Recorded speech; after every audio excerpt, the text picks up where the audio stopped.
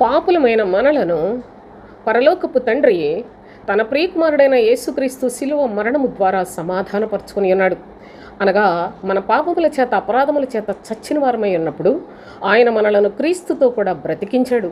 అయితే ఈ సంగతులను గూర్చి పరిశుద్ధులకు మాత్రమే పరిచర్య భారాన్ని అప్పగించాడు. ఆ పరిశుద్ధులకు సమాధానపరిచే పరిచర్యను అప్పగించాడు.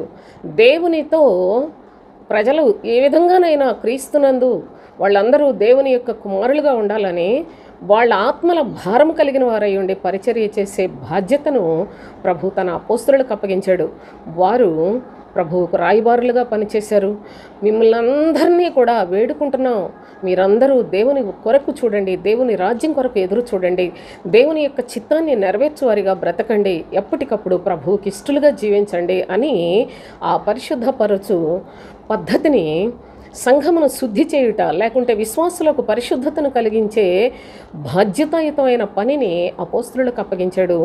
వారు సమాధాన పరిచర్యను మరి లోకములో చాలా ప్రాణం పోనంతగా జరిగించినట్లుగా కూడా మనకు తెలుసును సోదరులారా. అంతేకాదు వాళ్ళు ఎల్లప్పుడూ కూడాను ప్రభువుతో కలిసి ఉండే పద్ధతిని మనకు బోధించారే కానీ ఈ లోక సంబంధమైన మరి ఆశీర్వాదాలు, ఈ లోక సంబంధమైన అవసరతల కొరకు వాళ్ళు బోధించినట్లు ఎక్కడైనా పరిశుద్ధ గ్రంథంలో ఉందేమో చూడండి.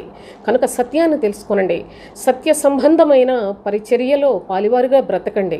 ప్రభువుతో యుగ యుగములు ఆయనతో కలిసి జీవించే చక్కని అవకాశాన్ని మనము మన యొక్క ఆయుష్కాలంలో పోగొట్టుకోకుండా మన ఆయుష్కాలాన్ని ప్రభు రాజ్యం కొరకు సిద్ధపడే పద్ధతిలో ఉపయోగించుకుందాం.